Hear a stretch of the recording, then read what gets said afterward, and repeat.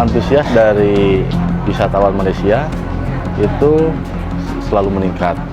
Bahkan di hari-hari biasa, dari weekday ataupun weekend ini masih bertahan. Pasar Baru ini saya rasa kalau untuk wanita ini macam syurga lah. Di Tamrin City, murah tu. Tamrin City tu, saya ada beli gamis abaya. Kalau di Malaysia tu RM100, RM90, tapi di sini saya convert tadi dalam RM30. 60% yang pengunjung datang ke Dulux Maribaya itu dari warga negara Malaysia. Saat banyak pihak menyoroti pelemahan rupiah sebagai masalah, yang terjadi justru cukup ironis bagi Malaysia. Menguatnya ringgit membuat warga Malaysia berbondong-bondong datang ke Indonesia untuk berburu harga yang lebih murah. Hotel, restoran, pusat perbelanjaan, hingga destinasi wisata Indonesia mendadak menjadi jauh lebih terjangkau di mata mereka. Akibatnya, uang yang seharusnya berputar di dalam Malaysia justru mulai mengalir ke berbagai kota di Indonesia melalui aktivitas wisata dan belanja. Bagi warga Malaysia, kondisi ini tentu menguntungkan karena daya beli mereka meningkat saat berada di Indonesia. Namun di sisi lain, setiap ringgit yang mereka tukarkan menjadi rupiah berarti semakin banyak uang yang dibelanjakan di pasar Indonesia, bukan di Malaysia. Mulai dari makanan, penginapan, transportasi, hingga oleh-oleh. Semuanya dinikmati di Indonesia. Tidak sedikit pelaku usaha lokal yang kini menikmati manfaat dari derasnya kunjungan wisatawan Malaysia yang datang membawa dompet tebal berisi ringgit untuk dihabiskan di Indonesia.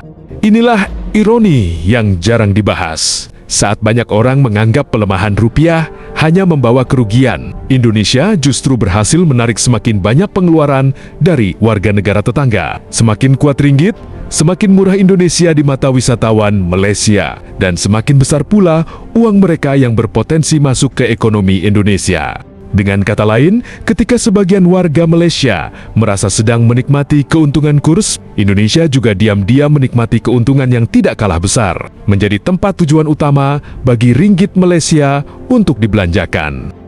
RM500 dah dapat 2 juta. Tu, terkejut kami semua terkejut. Jadi kaya di sini. Tukar ringgit, murah. Lepas tu kalau tengok apa ni, memang gak masuk akal harganya. Okey. Tu yang kita orang beli. Tahun lepas saya pergi ke Pontianak. Pontianak tu saya tukar duit Malaysia 2 juta, tapi harganya 500 ke 600. Tapi ini saya tukar dalam 500 lebih. RM500 dah dapat 2 juta. Tu, terkejut kami semua terkejut. Jadi kaya di sini. Tapi kayanya sekejap. Beli habis. Pasar Baru ini saya rasa kalau untuk wanita ini macam syurga lah. Semua tempat, semua toko saya rasa mau beli je. Tadi pun baru sempat tukar duit lah. Apa ni? Tak cukup duit yang kita prepare. So rasa semua tempat kita rasa nak beli. Jadi double the price lah. Macam tadi pun saya beli dress, kalau di sini boleh dapat, kalau ringgit lah, boleh dapat bawah RM100, which is very very affordable. Kalau di Malaysia RM100 itu untuk satu dress sangat susah untuk design yang full lace. Di Tamrin City, murah tu. Tamrin City tu, saya ada beli gamis abaya. Kalau di sini bilang gamis kan, abaya untuk kakak dia tu. Kalau di Malaysia tu RM100, RM90, tapi di sini saya convert tadi dalam RM30. Sama Ya, karena untuk abang-abang saya, untuk bapak saya, kalau makanannya satu, untuk mak saya, kalau gamisnya satu juga untuk kakak saya. 60% yang pengunjung datang ke Dulux Maribaya itu dari warga negara Malaysia. Jadi mereka mostly flight ke Jakarta, lalu mereka biasanya naik bus. Tapi permintaan mereka itu berangkat ke daerah Lembang Atas, khususnya Dulux Maribaya menjadi salah satu destinasi yang bisa dibilang wajib bagi warga negara Malaysia gitu untuk datang ke area Lembang. Pilihnya memang arah atas dulu. Yang pertama, mereka tuh nggak punya alam yang seperti inilah di sana. Jadi demand-nya tinggi dari sana, dan mereka melihat memang mostly dari TikTok, melihat bagaimana indahnya alam Jawa Barat gitu.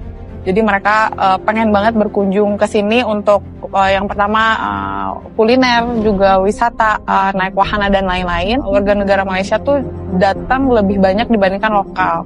Bahkan kita punya data di tahun 2026 ini 60% yang pengunjung datang ke Dua Luas Maribaya itu dari warga negara Malaysia. 40% adalah lokal Jakarta, Bandung, dan lokal turis gitu. Kalau dalam satu tahun itu kan biasanya kalau peak season Lebaran ataupun Tahun Baru atau Idul Adha, liburan sekolah itu biasanya lokal. Sama di Bandung ini, first day kami mendarat di Jakarta lalu ke Bandung. Bandung kami jalan-jalan di mallnya aja. Second day kami ke Kawah Putih. Dan inilah hari ketiga which is kami ke sini. Antusias dari wisatawan Malaysia itu selalu meningkat. Bahkan di hari-hari biasa dari weekday ataupun weekend ini masih bertahan. Dan makanya lu nggak usah heran ya, udah dalam beberapa bulan terakhir makin banyak turis-turis dari Singapura dan Malaysia yang berbelanja ke Indonesia, khususnya ke Batam.